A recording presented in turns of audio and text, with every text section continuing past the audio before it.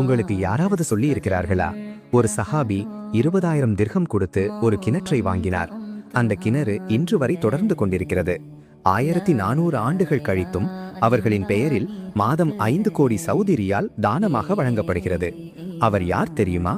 அவர்தான் ஹசரத் உஸ்மான் பின் அஃபான் ரதியல்லாஹு தாலா அன்ஹு. குறைஷின் செல்வந்த குடும்பமான பனு உமையாவின் மகனாக பிறந்தவர். கலீஃபா ஆன பிறகும் அரசின் பொருளிலிருந்து ஒரு காசும் எடுத்துக்கொள்ளவில்லை. தன் ஆட்சி கால செலவுகளை தானே ஏற்றார். அவர்களின் வணிக முறை 3 முக்கிய அடிப்படைகளில் இருந்தது. முதல், அனைத்து முதலீட்டையும் ஒரே இடத்தில் வைக்கவில்லை. இன்று இதை போர்ட்ஃபோலியோ இன்வெஸ்ட்மெண்ட் என்று சொல்கிறோம்.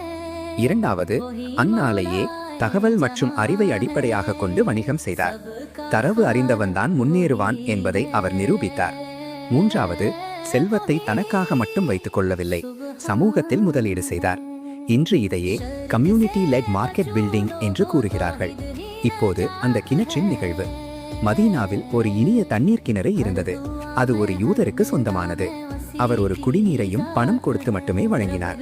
ஹசரத் உஸ்மான் ரதியல்லாஹு தாலா அன்ஹு அதை வாங்க முயன்றபோது அவர் மறுத்தார். அப்போது பாதி உரிமையை வாங்கினார். உஸ்மான் ரதியல்லாஹு தாலா அன்ஹு அவர்களின் நாளில் தண்ணீர் இலவசம். மக்கள் 2 நாள் தேவைக்கான தண்ணீரை எடுத்துக்கொண்டார்கள். அடுத்த நாள் யாரும் வாங்க வரவில்லை.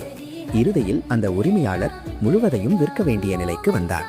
அப்போது கூட ஹசரத் உஸ்மான் ரதியல்லாஹு தாலா அன்ஹு 20,000 திர்ஹம் நியாயமான விலையில் கொடுத்து முழு கிணற்றையும் வாங்கி முஸ்லிம்களுக்காக வக்ஃப் செய்துவிட்டார். அந்த கிணறு இன்று சவுதி அரேபியாவில் பீர் உஸ்மான் என்ற பெயரில் உள்ளது. அரசு அதை பராமரித்து வருகிறது.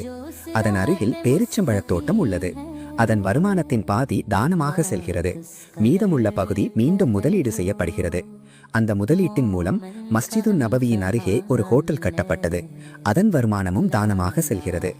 இன்று மாதம் 5 கோடி சவுதி ரியால் ஹசரத் உஸ்மான் ரதியல்லாஹு தாலா அன்ஹு அவர்களின் பெயரில் வழங்கப்படுகிறது. ஒரு முதலீடு 1400 ஆண்டுகள் கழித்தும் தொடர்ந்து கொண்டிருக்கிறது. இஸ்லாம் செல்வத்தை பெரிய மதிப்பு கொடுப்பதில்லை, ஆனால் செல்வத்தை எப்படி பயன்படுத்த வேண்டும் என்பதை கற்பிக்கிறது.